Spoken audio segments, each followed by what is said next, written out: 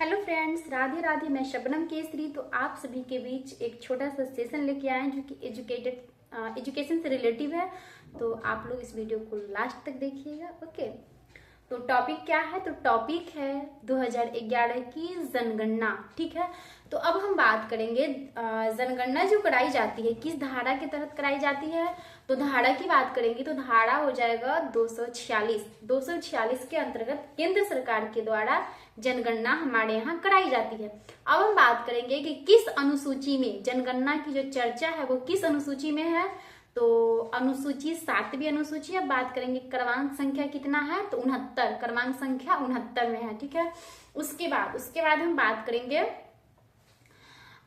2011 की जनगणना के, यानी कि वर्तमान में अभी जनगणना आयुक्त कौन है, तो चंद्रमौली है। कौन है? चंद्रमौली। जनगणना आयुक्त कौन है वर्तमान में? चंद्रमौली है। ठीक है, उसके बाद ज्यादातर क्वेश्चन इस टॉपिक से रहता है कि हमारे भारत में सर्वप्रथम जनगणना कब कराई गई थी। तो सर्वप्रथम जनगणना की बात करेंगे तो 1872 में हो जाएगा। कब हो जाएगा? हमारे यहाँ जनगणना सर्वप्रथम कराई गई थी 1872 में। कब कराई गई थी? 1872 में कराई गई थी। और हम बात करेंगे किनके शासनकाल में, तो लॉर्ड मियो के शासनकाल में। किनके शासनकाल में? तो हमारे यहाँ सर्वप्रथम जनगणना 1872 ईस्वी में लॉर्ड मियो के शासनकाल में कराई गई थी। ठीक है, लॉर्ड मियो के शासनकाल में कराई गई थी। उसके बाद हम बात करेंगे कि हमारे भारत में नियमित जनगणना कब से स्टार्ट की गई। तो नियमित जनगणना की बात करेंगे तो वो हो जाएगा 1881, यानी कि 1881 में हमारे यहाँ नियमित जनगणना की शुरुआत की गई थी। यानी 1881 ईस्वी में हमारे यहाँ नियमित जनगणना की शुरुआत की गई थी। अब हम बात करेंगे किनके शासनकाल में। ज्यादातर तो पूछता है शासनकाल। ठीक है, किनके शासनकाल में कराई गई थी। तो यहाँ पे हम बात करेंगे कि लॉर्ड रिपन, ये रिबन नहीं समझिएगा, लॉर्ड रिपन। ठीक है, लॉर्ड रिपन के शासनकाल में हमारे यहाँ सर्वप्रथम नियमित जनगणना की शुरुआत कराई गई थी। उसके बाद हम बात करेंगे कि पूरे आधुनिक विश्व की बात कर रहे हैं, ध्यान दीजिएगा। विश्व में जनगणना सर्वप्रथम कब कराई गई थी और कहाँ कराई गई थी। तो कब कराई गई थी? तो 1749। ठीक है, 1749 में कराई गई थी। और कहाँ कराई गई थी? तो स्वीडन में कराई गई थी। कहाँ कराई गई थी? स्वीडन में कराई गई थी। उसके बाद हम बात करेंगे कि सर्वप्रथम दशकीय जनगणना की शुरुआत कहाँ कराई गई थी। दशकीय जनगणना, सर्वप्रथम दशकीय जनगणना की जो शुरुआत कराई गई थी वो कराई गई थी अमेरिका में। कहाँ कराई गई थी? अमेरिका में। ठीक है, और कब कराई गई थी? तो 1790 ईस्वी में। कब कराई गई थी? तो 1790 ईस्वी में कराई गई थी।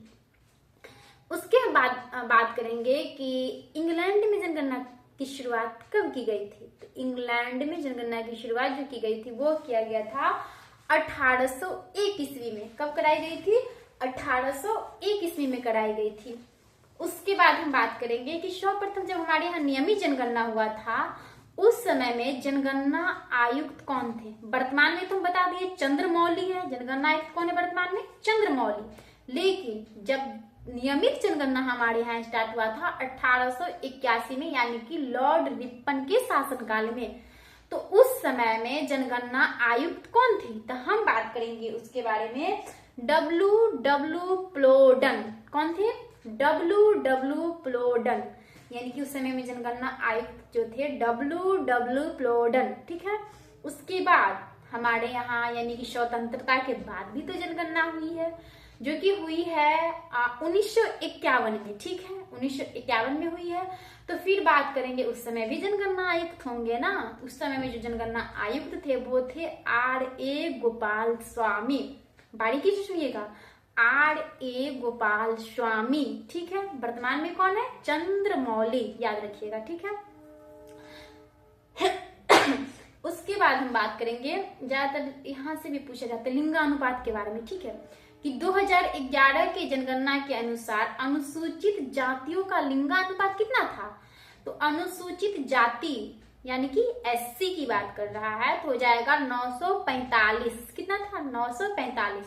उसके बाद फिर दूसरा क्वेश्चन आएगा, जैसे कि 2011 की जनगणना के अनुसार अनुसूचित जनजाति यानी एसटी की बात कर रहे हैं, तो उसका लिंगानुपात कितना है, तो बात करेंगे तो इसका हो जाएगा 990। ये 2 क्वेश्चन हमारे टेस्ट में कई बार आया है, इसलिए हमको याद है अच्छे से, ठीक है, आप लोग भी याद कर लीजिएगा। तो हो जाएगा 990, ठीक है। और 2-3 क्वेश्चन और है कंफ्यूजन वाला, जो कि क्लियर कर देते हैं अभी। अब पूछेगा कि ग्रामीण क्षेत्र में न्यूनतम साक्षरता दर वाला राज्य 2011 की जनगणना के अनुसार कौन सा है।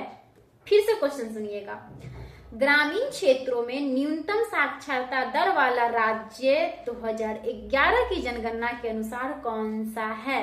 ग्रामीण पूछ रहा है, ध्यान दीजिएगा। हो जाएगा आंध्र प्रदेश। कौन हो जाएगा, तो आंध्र प्रदेश। दूसरा क्वेश्चन सुनिएगा, शहरी क्षेत्र में न्यूनतम साक्षरता वाला राज्य 2011 के अनुसार कौन सा है। यहाँ पे शहरी क्षेत्र पूछ रहा है, कौन सा हो जाएगा, यूपी यानी कि उत्तर प्रदेश, ठीक है, याद रखिएगा। चलिए फिर तीसरा क्वेश्चन ध्यान से सुनिएगा, ग्रामीण क्षेत्र में सर्वाधिक साक्षरता बल वाला मतलब साक्षरता दर वाला राज्य कौन सा है। ग्रामीण क्षेत्र में पूछ रहे हैं, तो हो जाएगा केरल। कौन हो जाएंगे, मतलब हो जाएगा तो केरल, ठीक है।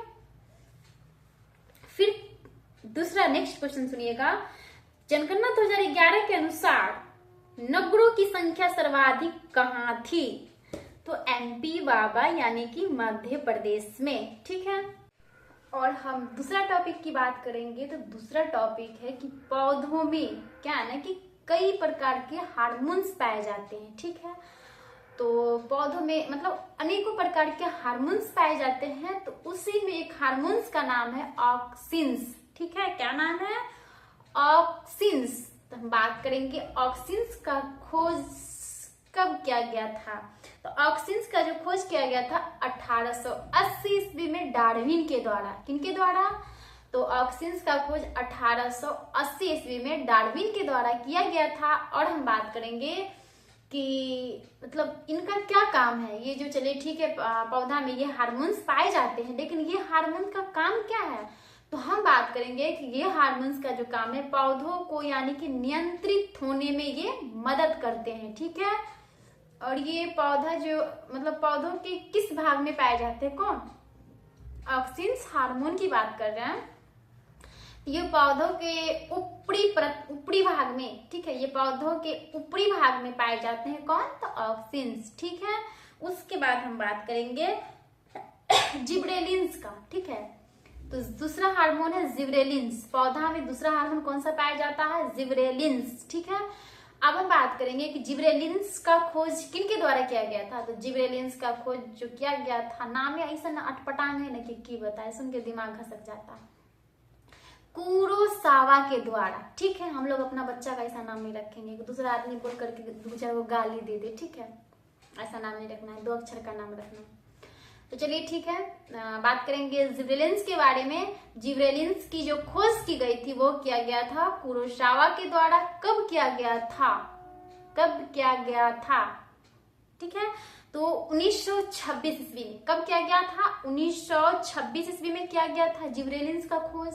कब किया गया था, 1926 ईस्वी में। किसके द्वारा, तो कुरोसावा के द्वारा, कुरोसावा के द्वारा, ठीक है।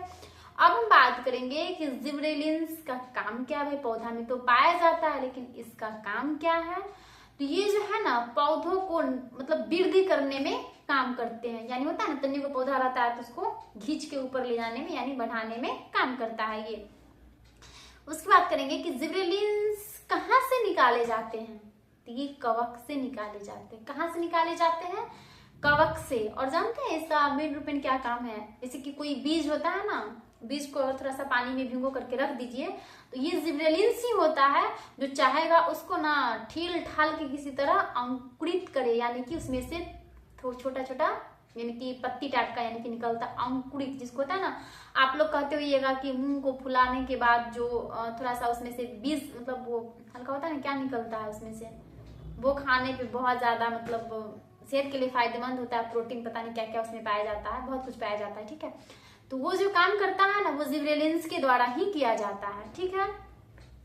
उसके बाद बात करेंगे हम ये जो है ना फूल बनने में भी मदद करता है। अगर आप लोग अपने घर में फूल अगर लगाए होंगे, फूल का पौधा अगर फूल नहीं दे रहा होगा, बहुत कम मात्रा में देता होगा, तो जिब्रेलिन्स का थोड़ा सा क्या करना है, छिड़काव कर देना है, जिससे क्या होगा ना कि आपके यहाँ फूल का एकदम बरसात नहीं, एकदम मतलब बहुत ज्यादा खिलता है। ठीक है, तो अब हम बात करेंगे, जिब्रेलिन्स तो खत्म हो गया, साइटोकाइनिन। ठीक है, तीसरा है इसका, तीसरा हार्मोन की बात करेंगे तो हो जाएगा साइटोकाइनिन, जो कि साइटोकाइनिन का जो खोज किया था मीलर के द्वारा किया गया था। इसका नाम थोड़ा ठीक है, मीलर के द्वारा किया गया था। कब किया गया था साइटोकाइनिन का खोज?